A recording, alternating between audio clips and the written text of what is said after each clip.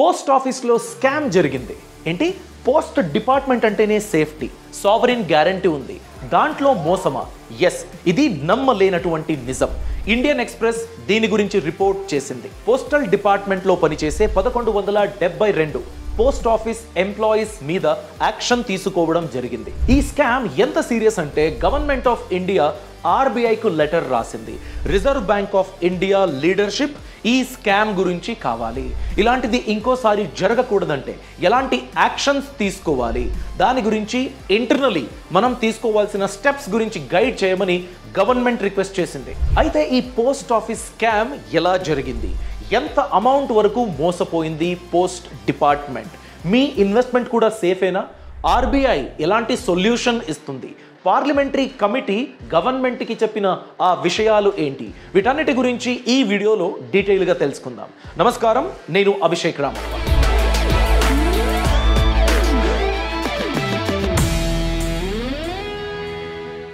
Post office అంటేనే భారతీయుల నమ్మకం. అలాంటి పోస్ట్ ఆఫీస్లో స్కామ్ అనేది చాలా షాకింగ్. ఎంత మనం పోస్ట్ ఆఫీస్ని నమ్ముతామంటే 29 crore పోస్ట్ ఆఫీస్ అకౌంట్లు ఉన్నాయి. 29 కోట్ల అకౌంట్ అంటే ఎవ్రీ ఫ్యామిలీ ఏదో ఒక రకమైన ఇన్వెస్ట్మెంట్ లేకపోతే సేవింగ్స్ పోస్ట్ ఆఫీస్లో ఖచ్చితంగా చేసే ఉంటుంది. అలాంటి పోస్ట్ ఆఫీస్లో స్కామ్ జరిగింది. ఏంటంటే ఆర్బీఐ సూపర్విజన్ కావాలి అని సెంట్రల్ గవర్నమెంట్ లెటర్ రాసింది. దేని గురించి? ఈపీఎఫ్ఓ మరియు పోస్ట్ ఆఫీస్ గురించి. పోస్ట్ ఆఫీస్లో స్కామ్ జరిగింది. ఈపీఎఫ్ఓలో అలాంటి స్కామ్ ఏది జరగలేదు. అయినా కూడా ఎందుకు ఈపీఎఫ్ఓ గురించి కూడా సెంటర్ లెటర్ రాసింది నేను డీటెయిల్గా ఎక్స్ప్లెయిన్ చేయబోతున్నాను. సో మీరు పోస్ట్ ఆఫీస్ గురించి చూసినట్లయితే చూడండి, స్కామ్స్ జరిగింది 24 month పీరియడ్లో, అంటే మే 2024 వరకు, 2022 నుండి 2024 మే వరకు స్కామ్ జరిగింది. ఇప్పుడు ఫైనల్ డీటెయిల్స్ని చూస్తూ వెళ్దాం. సో పోస్ట్ ఆఫీస్లో మరియు ఈపీఎఫ్ఓ గురించి సెంటర్ ఎందుకు లెటర్ రాసింది చూడండి. ఇండియన్ ఎక్స్ప్రెస్ రిపోర్ట్ ప్రకారంగా మనం చూసినట్లయితే పోస్ట్ ఆఫీస్ సేవింగ్స్ బ్యాంక్ పిఓఎస్బి అని ఉంటుంది కదా, దాంట్లో స్కామ్ జరిగింది. ఎంత అమౌంట్ వరకు స్కామ్, ఆ స్కామ్ ఎలా జరిగింది తెలుసుకుందాం. అలానే ఈపీఎఫ్ఓ ఉంది కదా, ఎంప్లాయీ ప్రావిడెంట్ ఫండ్ ఆర్గనైజేషన్, దాని యొక్క ఫండ్ మేనేజ్మెంట్ ఎలా చేయాలి. ఇప్పుడు మన నుంచి కలెక్ట్ చేస్తారు కదా అమౌంట్ని, పోస్ట్ ఆఫీస్ కూడా కలెక్ట్ చేస్తుంది, ఈపీఎఫ్ఓ కూడా కలెక్ట్ చేస్తుంది. ఈపీఎఫ్ఓ మన నుంచి కలెక్ట్ చేసుకున్న అమౌంట్ని ఇన్వెస్ట్ చేస్తుంది. దాంట్లో రిటర్న్స్ ఎక్కువ ఎలా రప్పించుకోవాలి, ఈ విషయాల గురించి ఒక ప్యాక్ట్ అంటే అగ్రిమెంట్ రాయాలని సెంట్రల్ గవర్నమెంట్ ఆర్బీఐకు రిక్వెస్ట్ చేసింది, మీ లీడర్షిప్ కావాలి అని. పోస్ట్ ఆఫీస్ స్కామ్ గురించి తెలుసుకునే ముందు పోస్ట్ ఆఫీస్ మరియు ఈపీఎఫ్ఓ ఈ సంస్థల మీద ఎంతవరకు పబ్లిక్ నమ్మకం పెట్టింది, ఎంత పెద్దవి, ఎంత అమౌంట్ మేనేజ్ చేస్తాయి, దాని గురించి తెలుసుకుందాం. చూడండి, పోస్ట్ ఆఫీస్లో 29 కోట్ల అకౌంట్లు ఉన్నాయి. So almost 29.29 crore accounts. Each and every family ఒక పోస్ట్ ఆఫీస్ అకౌంట్ పెట్టుకున్నట్టే. ఈపీఎఫ్ఓ కూడా 30 crore అకౌంట్స్ అండి. 30 కోట్ల అకౌంట్లు ఈపీఎఫ్ఓలో ఉన్నాయి. ఓకే, అలానే ఇప్పుడు పోస్ట్ ఆఫీస్లో స్కామ్ జరిగింది. 12.5 లక్ష కోట్ల రూపాయల వరకు పోస్ట్ ఆఫీస్ మేనేజ్ చేస్తుంది. అంటే ఆంధ్ర తెలంగాణ స్టేట్ బడ్జెట్ అనుకున్నా కూడా ఆల్మోస్ట్ 3 lakh crores ఉన్నాయి. 6 lakh crores every year annual budget ఉంటుంది. దానికన్నా డబుల్ అమౌంట్ని పోస్ట్ ఆఫీస్ మేనేజ్ చేస్తుంది, పబ్లిక్ మనీ. ఈపీఎఫ్ఓ అని చూసుకున్నట్లయితే 26 లక్షల కోట్ల రూపాయల వరకు ఫండ్ని మేనేజ్ చేస్తుంది. సో ఈ ఫండ్ని ఇన్వెస్ట్మెంట్ చేయాలి కదా, ఎక్కడ ఇన్వెస్ట్మెంట్ చేయాలని ఇప్పుడు అడిగింది. ఇప్పుడు మోస్ట్ షాకింగ్ ఇన్సిడెంట్ గురించి మనం తెలుసుకుందాం, ఈ స్కామ్ ఏంటి అని. ఓకే, చూడండి, 96 crore రూపీస్ వరకు స్కామ్ జరిగింది పోస్ట్ ఆఫీస్లో. Okay, post office scam. ఈ 96 కోట్ల రూపాయలు 2022 నుంచి 2024 మే, అంటే 2 సంవత్సరంలో 96 కోట్ల రూపాయల వరకు పబ్లిక్ మనీ ఫ్రాడ్ అయింది. ఈ ఫ్రాడ్కి సంబంధించి పోస్ట్ ఆఫీస్ డిపార్ట్మెంట్లో పనిచేసే 1172 ఎంప్లాయీస్కి విరుద్ధంగా యాక్షన్ తీసుకోవడం జరిగింది. అంటే వాళ్ళపైన యాక్షన్ ఆల్రెడీ తీసుకుందని పోస్టల్ డిపార్ట్మెంట్ పార్లమెంటరీ కమిటీకి ఆల్రెడీ క్లారిఫికేషన్ ఇచ్చింది. ఆ క్లారిఫికేషన్నే ఇండియన్ ఎక్స్ప్రెస్ యాక్సెస్ చేసింది. సో ఇప్పుడు మనం అర్థం చేసుకోవాల్సింది ఏంటంటే ఎలా కనిపెట్టారు దీన్ని చూడండి. Post office department audit scrutiny చేస్తుంది కదా, అంటే వాళ్ళ అకౌంట్స్ ఆడిట్ చేయడానికి ఒక ప్రాసెస్ ఉంటుంది. ఆ ఆడిట్ని స్క్రూటినైజ్ చేసేటప్పుడు ఈ 96 crore రూపీస్ స్కామ్ ఉంది కదా, ఆ స్కామ్ బయటపడింది. ఈ స్కామ్ జరిగింది ఎలా అంటే మాన్యువల్ మ్యానిపులేషన్ లేకపోతే ఆల్టరేషన్. ఇప్పుడు ఫర్ ఎగ్జాంపుల్ మీరు ఒక పల్లెటూరులో ఉన్నారు, ఒక పోస్ట్ ఆఫీస్కి వెళ్ళి 5000 రూపీస్ ఇచ్చేసి సుకన్య సమృద్ధి అకౌంట్కి దీన్ని ఇన్వెస్ట్ చేయాలి అని ఇస్తారు. ఒకవేళ మీకు ఎలక్ట్రానిక్ స్లిప్ దొరక్కపోతే ఆ అమౌంట్ని మాన్యువల్గా ఎంటర్ చేస్తారు. అలాంటి మాన్యువల్ ఎంట్రీ అయ్యేటప్పుడు ఈ ఆల్టరేషన్ అన్నది జరిగింది, లేకపోతే మ్యానిపులేషన్ అనేది జరిగింది. అందుకే ఈ 96 crore రూపీస్ స్కామ్ అయ్యింది. దీని గురించి అట్ ఫస్ట్ పోస్టల్ డిపార్ట్మెంట్కి ఇంటర్నల్ స్క్రూటినీ ద్వారా తెలిసిపోయింది కదా. ఈ విషయం పోస్ట్ ఆఫీస్ డిపార్ట్మెంట్ పార్లమెంటరీ ప్యానెల్కి గమనానికి తెచ్చింది, అంటే ఇలాంటి ఒక స్కామ్ జరిగిందని.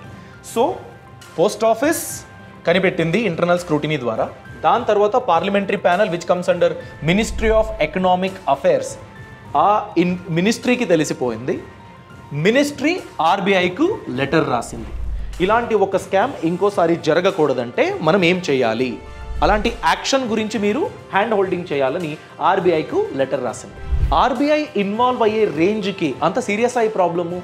ఈపీఎఫ్ఓ సంగతి ఏంటి, అక్కడేం జరిగింది, దాని గురించి తెలుసుకునే ముందు మనం ప్లాన్ చేస్తాం. ఏదైనా ప్రాబ్లం జరిగితే ఎంత షాకింగ్గా ఉంటుందో కదా. సో మీరు లేకపోతే మీ ఫ్యామిలీకి కూడా అలానే ప్రాబ్లంగా ఉంటుంది. అందుకే మీరు హెల్త్ ఇన్సూరెన్స్ మరియు టర్మ్ ఇన్సూరెన్స్ గురించి ప్లాన్ చేయండి. దాని గురించి నేను పాలసీ బజార్ని మీకు రికమెండ్ చేస్తాను. డిస్క్రిప్షన్లో లింక్ ఉంది, లింక్ క్లిక్ చేసి మీ డీటెయిల్స్ అప్డేట్ చేసినట్లయితే జస్ట్ విత్ 699 రూపీస్ మీరు కోట్ల రూపాయల వరకు కవరేజ్ని పొందడానికి అవకాశం ఉంది. ఇప్పుడే మీరు కొనుగోలు చేస్తే అప్ టు 15% డిస్కౌంట్ కూడా పొందొచ్చు. సో ఇప్పుడే డిస్క్రిప్షన్లో ఉన్న లింక్ క్లిక్ చేయండి, డీటెయిల్స్ ఎంటర్ చేయండి, మీకు ఏదైతే సూట్ అవుతుందో పాలసీని కంపేర్ చేసి ఆ పాలసీ ఎంచుకోండి.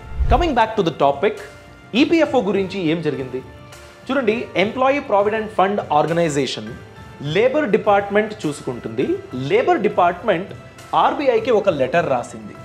ఏమని, ఇప్పుడు అంటే మనం ఇన్వెస్ట్మెంట్ చేస్తున్నాము, ఇన్ఫ్లేషన్ని బీట్ చేయాలి, మంచి రిటర్న్స్ వస్తే మాత్రమే మన రిటైర్మెంట్ లైఫ్ బాగుంటుంది. ఈ ప్రావిడెంట్ ఫండ్ పిఎఫ్ అని ఉంది కదా, ఇది ఉన్నదే రిటైర్మెంట్ గురించి. మనం జాబ్ చేంజ్ చేసిన వెంటనే దీన్ని విత్డ్రా చేసేస్తాము, అది రాంగ్ అండి. విత్డ్రా చేయకూడదు. అది మీ 60 years తర్వాత మీ రిటైర్మెంట్ ఫండ్ లాగా మీరు బిల్డ్ చేయాలని 8+% వరకు సెంట్రల్ గవర్నమెంట్ కాంపౌండింగ్ ఇంట్రెస్ట్ని ఇస్తుంది. సో మనం దాన్ని గ్రో అవ్వడానికే వీల్లేదు, అలా అవ్వకూడదు. సో లేబర్ డిపార్ట్మెంట్ ఇప్పుడు వస్తున్న రిటర్న్స్ కన్నా ఎక్కువ రిటర్న్స్ కావాలంటే, అలానే ఈ ఫండ్ మనం మాట్లాడుకున్నాం కదా ఆల్మోస్ట్ 26 lakh crores ఉంది. ఓకే, సో ఇంత పెద్ద కార్పస్కి రిస్క్ కూడా ఉండకూడదు. ఓకే, అలాంటి లెస్ రిస్కీ స్ట్రాటజీ ఏముండొచ్చు, ఈక్విటీ ఎక్స్పోజర్ ఉండాలంటే ఎలా ప్లాన్ చేసుకోవాలి, వీటన్నిటి గురించి లేబర్ డిపార్ట్మెంట్ ఆర్బీఐకి లెటర్ రాసింది. ఇప్పుడు ఈ ఈపీఎఫ్ఓ ఫండ్ ఉంది కదా, ఈ ఫండ్ నుంచి ఎలా ఇన్వెస్ట్మెంట్ ప్లాన్ చేశారో చూడండి. ఈక్విటీస్కి 15% యాజ్ ఆఫ్ నౌ. 100 రూపీస్ ఉంటే ఈపీఎఫ్ఓ దగ్గర, దాంట్లో 15 రూపీస్ ఈక్విటీస్లో అంటే స్టాక్ మార్కెట్లో ఇన్వెస్ట్మెంట్ పెడుతున్నారు. రిస్కీ అసెట్ క్లాస్ ఎంత, జస్ట్ 15%. మిగిలిన 85% ఇన్వెస్ట్మెంట్ అనేది సేఫ్ ఇన్వెస్ట్మెంట్ ఆప్షన్స్ని ఈపీఎఫ్ఓ ఎంచుకుంటుంది. సో ఆ 85%లో చూసుకున్నట్లయితే గవర్నమెంట్ బాండ్ అండి 45 to 65% సేఫెస్ట్. గవర్నమెంట్ గ్యారంటీ ఇస్తున్న బాండ్లో 45 to 65%. వాళ్ళ దగ్గర 100 రూపీస్ ఉంటే 45 రూపీస్ నుంచి 65 రూపీస్ వరకు వాళ్ళు ఇన్వెస్ట్మెంట్ పెడుతున్నారు గవర్నమెంట్ బాండ్స్ మీద. నెక్స్ట్ కేటగిరీ కార్పొరేట్ డెట్ అండి. ఈ కార్పొరేట్ డెట్ కూడా కార్పొరేట్ బాండే, ఎందుకంటే గవర్నమెంట్ బాండ్ ఇచ్చి అమౌంట్ తీసుకుంటుంది, బాండ్ టైం ముగిసేలోపు విత్ ఇంట్రెస్ట్ మీకు రిటర్న్ చేస్తుంది. సో గవర్నమెంట్ ఫండ్ రైజింగ్ చేస్తుంది. అలానే కార్పొరేట్ కంపెనీలు కూడా ఫండ్ రైజింగ్ చేస్తారు. గవర్నమెంట్ ఇచ్చే రిటర్న్స్ కన్నా ఎక్కువ రిటర్న్స్ ఈ ప్రైవేట్ కంపెనీస్ ఇవ్వచ్చు. సో సేఫ్ అనిపించే కార్పొరేట్ కంపెనీస్లకు డెట్ రూపమైన ఇన్వెస్ట్మెంట్ని ఈపీఎఫ్ఓ ఫండ్ ద్వారా చేస్తుంది. సో దానికి కూడా 20 to 45% వరకు అలొకేట్ చేయడం ఇప్పుడు జరుగుతుంది. 20 రూపీస్ to 45 రూపీస్. ఇది ఎలా, ఇది అంటే 65 అని ఉంది, 45 అని ఉంది, ఇక్కడ 15% ఎలా మ్యాచ్ అవుతుంది చూడండి. ఒకవేళ గవర్నమెంట్ బాండ్లో 65 రూపీస్ ఇన్వెస్ట్మెంట్ చేస్తే కార్పొరేట్ డెట్ మీద 20 రూపీస్ చేస్తారు. అప్పుడు ఈ 15% ఈక్విటీ, 65% గవర్నమెంట్ బాండ్, అలానే 20% కార్పొరేట్ డెట్, ఇవన్నీ కలిపితే మీకు 100% అవుతుంది. సో ఇలా ఈ 100% అనే నంబర్స్ వచ్చేటట్టు మిక్స్ అండ్ మ్యాచ్ చేస్తారన్నమాట. ఒకవేళ కార్పొరేట్ డెట్ మీద 45% వరకు చేసినట్లయితే ఇక్కడ మీకు 40% చేస్తారు. సో 85% అయింది, 15% ఈక్విటీస్ అవుతుంది. సో ఈ ఈక్విటీస్ మీద ఎక్స్పోజర్ పెంచాలంటే ఆర్బీఐ సపోర్ట్ కావాలని ఈపీఎఫ్ఓ అడుగుతుంది. Strategically stage by stage risky investment options మీద ఒక ఫోకస్ పెట్టాలంటే, స్టెప్స్ తీసుకోవాలంటే ఎలా ప్లాన్ చేయాలి అన్నది ఈపీఎఫ్ఓ కన్సర్న్. దాని గురించి ఆర్బీఐ హెల్ప్ చేయాలని ఆల్రెడీ గవర్నమెంట్ లెటర్ రాసింది. సో ఎలాంటి యాక్షన్స్ తీసుకున్నారు చూడండి. ఈపీఎఫ్ఓ బోర్డు ఉంది కదా, employee provident fund organisation board, వీళ్ళే డిసైడ్ చేసేది. ఇప్పుడు ఎవ్రీ 6 మంత్స్కో 3 మంత్స్కో ఈపీఎఫ్ఓ మీద ఎంత ఇంట్రెస్ట్ ఇవ్వాలి, అలాంటివన్నీ డిసిషన్స్ బోర్డు తీసుకుంటుంది. సో ఆ బోర్డ్ ఇప్పుడు ఆల్రెడీ ఒక డిసిషన్ తీసుకుంది, అప్రూవ్ చేసింది ఒక కమిటీని. ఇది ఆల్రెడీ అప్రూవ్డ్.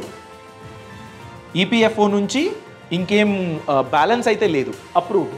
ఏంటి, ఆ కమిటీలో ఆర్బీఐ అఫీషియల్స్ ఉంటారు. వీళ్ళు ఎలా ఇన్వెస్ట్మెంట్ చేయాలి, స్ట్రాటజిక్గా ఎలాంటి ఎక్స్పోజర్ ఉండాలి అనే విషయం గురించి ఆర్బీఐ అఫీషియల్స్ గైడ్ చేస్తారు. ఓకే, అండ్ ఫినాన్స్ మినిస్ట్రీ కూడా ఉంటుంది. ఇప్పుడు ఈపీఎఫ్ఓ లేబర్ మినిస్ట్రీ కింద వచ్చినా కూడా ఫినాన్స్ మినిస్ట్రీ ఇన్వాల్వ్ అవుతుంది. బికాస్ సామాన్య ప్రజల డబ్బు ఈపీఎఫ్ఓ దగ్గర ఉంది, 26 లక్షల కోట్ల రూపాయలు. సో దాని గురించి ఫినాన్స్ మినిస్ట్రీ కూడా ఇన్వాల్వ్ అవుతుంది ఈ కమిటీలో. అలానే లేబర్ మరియు ఎంప్లాయ్మెంట్ మినిస్ట్రీ వాళ్ళు కూడా రిప్రజెంట్ చేస్తారు. So RBI, finance ministry, labour and employment ministry వీళ్ళందరూ డిస్కస్ చేసి ఈ ఫండ్ని ఎలా మేనేజ్ చేయాలో ఫైనల్ డిసిషన్స్ని తీసుకుని ఎక్కువ రిటర్న్స్ వచ్చేటట్టు చూసుకుంటారు. సో కన్క్లూజన్ ఏంటి, ఇప్పుడు పోస్ట్ ఆఫీస్ గురించి కూడా మనం ఆలోచించాము. స్కామ్ జరిగింది, పోస్ట్ ఆఫీస్ ఇన్వెస్ట్మెంట్స్ సేఫా అనే డౌట్ మీకైతే అస్సలు వద్దు. ఎందుకంటే 12.5 లక్ష కోట్ల రూపాయల కార్పస్ ఉంది, దాంట్లో 96 crores స్కామ్ జరిగింది. నో డౌట్ అది పెద్ద అమౌంటే, బట్ వాళ్ళ దగ్గర ఉన్న ఫండ్కి కంపేర్ చేసి చూసినట్లయితే పెద్ద స్కామ్ అని అనిపించదు. అయినా దాన్ని కనిపెట్టి పార్లమెంటరీ కమిటీ ఇన్వాల్వ్ అయ్యింది, మినిస్ట్రీ ఆఫ్ ఫినాన్స్ ఇన్వాల్వ్ అయ్యింది, ఆర్బీఐ ఇన్వాల్వ్ అయ్యింది. ఇలాంటి యాక్షన్ తీసుకుంటున్నారంటే ఫ్యూచర్లో కూడా ఏ విధమైన ప్రాబ్లం జరగకుండా ఆర్బీఐ లీడర్షిప్ వహిస్తుంది. సో పోస్ట్ ఆఫీస్ స్కామ్ గురించి అంతగా మీరు భయపడే సిచ్యువేషన్ అయితే లేదు. ఆన్లైన్ ఎంట్రీ అయ్యేటట్టు, ఎలక్ట్రానిక్ స్లిప్స్ దొరికేటట్టు ఈ ఫెసిలిటీస్ ఉన్న పోస్ట్ ఆఫీస్లో మీ ఇన్వెస్ట్మెంట్ని పెట్టండి. అలానే ఈపీఎఫ్ఓ గురించి, ఒకవేళ ఇన్వెస్ట్మెంట్ ఈక్విటీ ఎక్స్పోజర్ ఎక్కువయ్యి ఈపీఎఫ్ఓకి ఎక్కువ లాభం వచ్చిందనుకోండి, ఎవరైతే పీఎఫ్ అకౌంట్ని మెయింటైన్ చేస్తున్నారో వాళ్ళకి ఎక్కువ ఇంట్రెస్ట్ ఇచ్చే అవకాశం కూడా ఉంటుంది. సో దాని గురించి ఈపీఎఫ్ఓ మరియు పోస్ట్ ఆఫీస్ ఆర్బీఐ హెల్ప్ని అడుగుతుంది. గవర్నమెంట్ దీనికి కావాల్సిన అరేంజ్మెంట్స్ని చూసుకుంటుంది. సో ఈ ఇన్ఫర్మేషన్ మీకు నచ్చినట్లయితే లైక్ చేయండి, మీ అభిప్రాయాన్ని కామెంట్ సెక్షన్లో తెలియచేయండి. Thanks for watching. బాస్ వాలా, బీ ద బాస్.